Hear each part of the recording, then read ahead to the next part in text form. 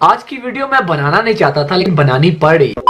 Video شروع کرنے سے پہلے میں بتا دوں کہ یار میں کوئی عالم نہیں ہوں، بس ایک عام سے شہری ہوں جو اپنے جذبات آپ لوگوں کے سامنے پیش کرنا چاہتا ہوں۔ تو اگر تو میری بات آپ لوگوں کو صحیح لگے تو قبول کر لیجئے گا، اور اگر نہ صحیح لگے تو نکل پہلی فرصت میں نکل۔ تو بتانے کی ضرورت تو نہیں ہے کہ آج کل کیا ماحول چل رہا ہے اور مطلب کیا کیا بولا جا رہا ہے آصف جلالی صاحب کو، اور آخرکار کیوں بولا جا رہا ہے، کیونکہ اب آپ لوگ سب اس معاملے سے واقف ہو۔ پھر بھی جو اس مسئلے سے ناواقف ہے ان کو میں ایکسپلین کرتا جاؤں کہ آخرکار یہ سارا مسئلہ ہے کیا۔ یہ معاملہ شروع ہوا تھا ایک عورت کی وجہ سے جس نے ٹی وی شو میں ایک ایسی بات کی جو کہ تمام مومنین کے لیے دکھ بھری بات تھی۔ اس نے بولا کہ بلکہ آپ لوگ خود ہی سن لو، کیونکہ ناانصافی اور ہماری جوڈیشری کا بیڑا غر اس دن ہو گیا تھا جس دن فاطمہ زہرا علیہ السلام انصاف لینے کے لیے دربار گئیں اور ان کو انصاف نہیں ملا، اور نعوذ باللہ ان کو جھٹلایا گیا ان کی گواہی کو۔ اب میرے پہ چاہے فتویٰ لگا دیں یا جو مرضی کر دیں، آئی ڈیم کیا تو اس کی اس ویڈیو کے بعد تمام روافظ یعنی کہ اہل تشیع یعنی کہ شیعہ حضرات جو ٹی وی شو پہ تو کہتے پھرتے ہیں کہ صحابہ کی توہین گناہ ہے اور پتہ نہیں کیا کیا ہے۔ اگر کوئی شخص رسول اللہ کے صحابہ کی تکفیر کرتا ہے، ان سے پوچھیں وہ کون ہے؟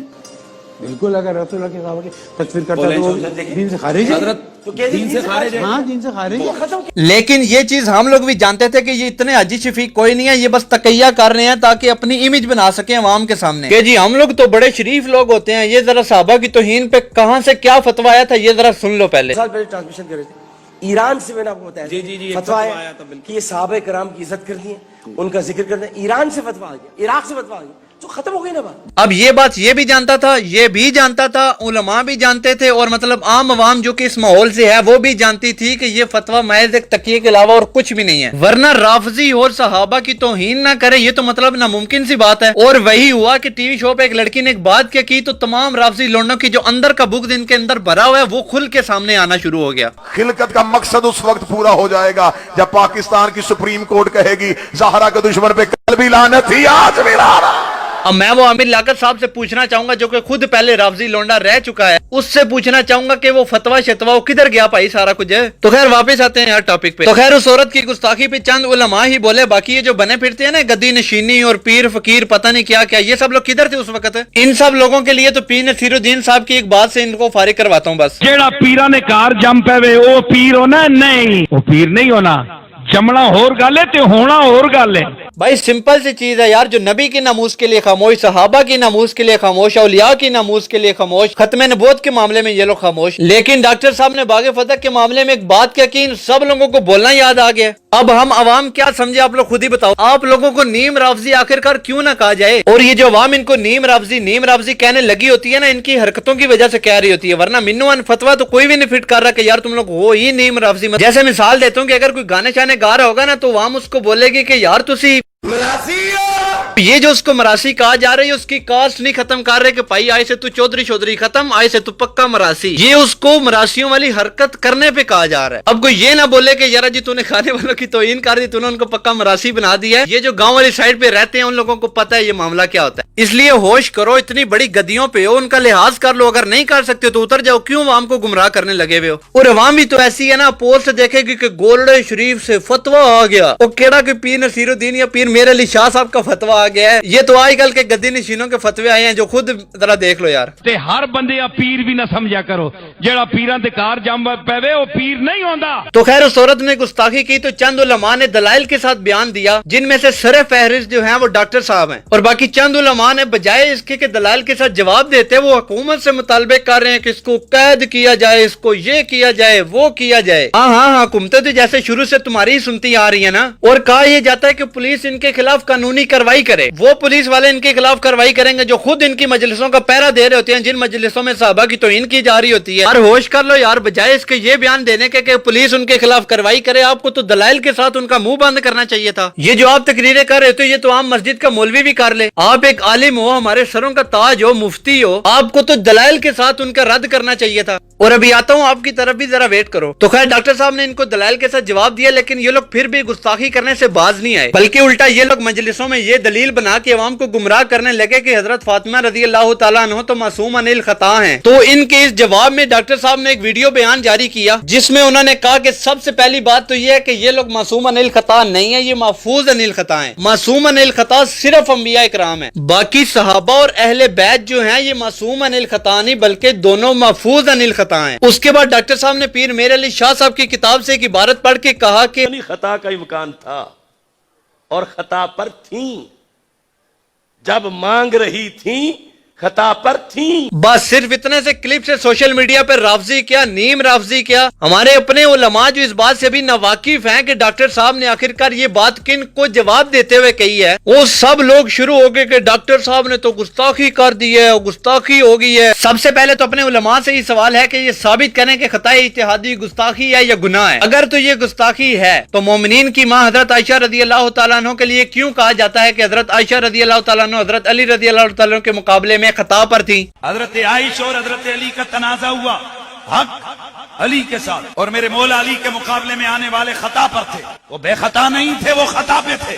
یہ آپ کی بارگاہ کی بہت بڑی جسارت ہے کہ کسی مسئلے کی وضاحت کے طور پر یہ کہہ دیا جائے کہ سیدہ کائنات سے خطا ہوئی ہے. وہ بے خطا نہیں تھے، وہ خطا پہ تھے، وہ بے خطا نہیں تھے، وہ خطا پہ تھے. کون ہیں یہ لوگ؟ کہاں سے آتے ہیں؟ یار خطا اجتہادی نہ تو کوئی گناہ ہے، نہ عیب ہے، نہ غلطی میں آتا ہے یہ، بلکہ الٹا اس کا تو ایک ثواب ہے، ایک اجر ہے. تو مجھے یہ سمجھ نہیں آتی کہ ایک ثواب اور ایک اجر ملنے پہ اس کو گستاخی کیسے کہا جا رہا ہے. تو یہ تھا سارا معاملہ. میں تھوڑی اس پہ وضاحت کر کے بس پھر ویڈیو اینڈ کرتا ہوں. تو ڈاکٹر صاحب نے جب کہا کہ سیدہ فاطمہ رضی اللہ تعالی عنہ سے خطا اجتہادی ہوئی، تو کچھ لوگ تو یہ ماننے کو تیار ہی نہیں کہ ان سے خطا اجتہادی بھی ممکن ہے. ان لوگوں کے لیے یہ پیر نصیر الدین کا کلپ سناتا ہوں، اس کے بعد ایک اور سناتا ہوں کلپ. کہ یہ نہیں ہو سکتا کہ ان سے کوئی خطا نہیں ہو سکتی اہل بیت سے، کہ یہ غلطی نہیں کر سکتے، یہ بھول چوک ان سے نہیں ہو سکتی، ایسی کوئی بات نہیں ہے. یہ بھی بھول سکتے ہیں، ان سے بھی خطا ہو سکتی ہے.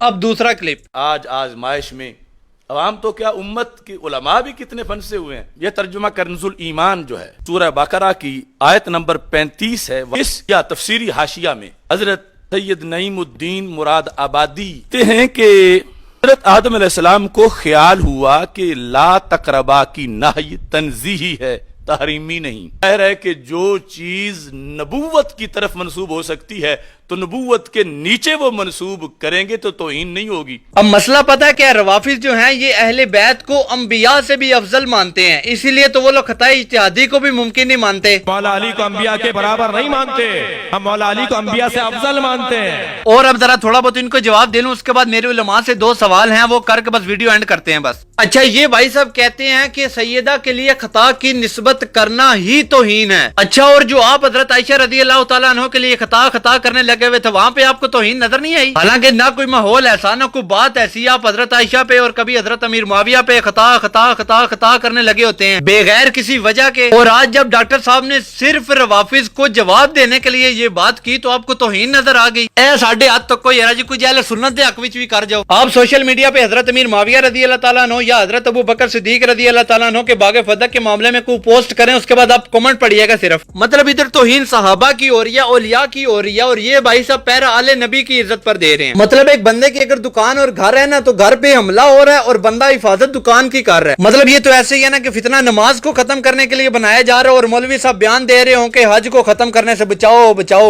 یہ کیا لاجک ہے؟ ابھی عقل کو ہاتھ مارو یار، جس چیز پہ حملہ ہو رہا ہے اس کی حفاظت تو کر لو پہلے. جس دور میں ناسبیوں نے آل نبی کی شانوں کو گٹانے کی کوشش کی، اس دور میں اہل سنت اور باقی مکتبہ فکر نے پیرا دیا، اور ایسا پیرا دیا کہ آج آل نبی کی طرف کوئی میلی آنکھ سے دیکھ بھی نہیں سکتا. ان کی گستاخی کرنا تو درکنار کوئی سوچ بھی نہیں سکتا اس بارے میں. لیکن اب جس دور سے ہم لوگ گزر رہے ہیں، اس دور میں صحابہ کی توہین کی جا رہی ہے. یار صحابہ کی عزت پہ پیرا دینے کا وقت ہے، اس لیے ہوش کر لو یار کچھ. اور اب آخر میں میری تمام علماء سے ریکویسٹ ہے کہ خدارا آپس میں اتحاد کر لو، پلیز آپس میں اتحاد کر لو. کیوں ہماری عوام کے جذبات اور عقائد کے ساتھ کھیلنے لگے ہوئے ہو؟ پہلے آپ لوگ آپس میں بیٹھ کے تو ایک رائے اختیار کر لیں. اسی لیے بزرگ فرما گئے تھے کہ صحابہ کے آپسی معاملات میں جو رنجشیں ہوئی ہیں ان کو عوام کے سامنے ڈسکس مت کرو، کیونکہ عوام اس چیز کی متحمل ہی نہیں ہے، وہ ان باتوں کی تہہ تک پہنچ ہی نہیں سکتی. لیکن چلو روافظ نے اب یہ عوام کے درمیان میں پھیلایا ہوا ہے، جو کہ ڈاکٹر صاحب ابھی تک ہم لوگوں کو بچا رہے ہیں، ورنہ صحیح میں ہم لوگ تو رگڑا لگ گیا تھا ہمارا. اب آخر میں میرے 2 سوال ہیں اپنے ہی علماء سے. پہلا سوال تو ان علماء سے ہے جو یہ کہتے پھر رہے ہیں کہ حضرت فاطمہ رضی اللہ تعالیٰ عنہ حق پہ تھی. ان علماء سے یہ سوال ہے کہ پھر تو روافظ کی یہ بات مان لی جائے نا کہ حضرت ابو بکر رضی اللہ تعالیٰ عنہ حضرت فاطمہ رضی اللہ تعالیٰ عنہ کا حق غصب کیا، نعوذ باللہ. اور دوسرا سوال ان علماء سے ہے جو یہ کہہ رہے ہیں ہیں کہ دونوں ہی حق پہ ہیں. ان علماء سے یہ سوال ہے کہ پھر یہ معاملہ حضرت عائشہ رضی اللہ تعالیٰ عنہ اور حضرت علی رضی اللہ تعالیٰ عنہ کے لیے کیوں نہیں مانا جاتا؟ اور یہ جو باقی تمام علماء خاموش ہیں، آخر کیوں خاموش ہیں؟ آپ لوگ کیوں نہیں بول رہے؟ کیوں نہیں عوام کو فتنوں سے بچا رہے؟ خدا را اس مسئلے پہ آپ لوگ سب لوگ اپنا وضاحتی بیان جاری کریں. تو بس یار آج کے لیے اتنی، یہ کوئی انٹرٹینمنٹ ویڈیو نہیں تھی، یہ بس میرے اپنے علماء سے چند سوالات تھے. ہمارے علماء ہمارے سروں کا تاج ہیں، بس تھوڑے بہت گلے شکوے تھے. باقی میں اپنی روٹین ویڈیوز آگے سے شروع کروں گا، تب تک کے لیے اللہ حافظ. نبی اور ایک قرآن ہے اور بس ایک خدا پہ ایمان ہے.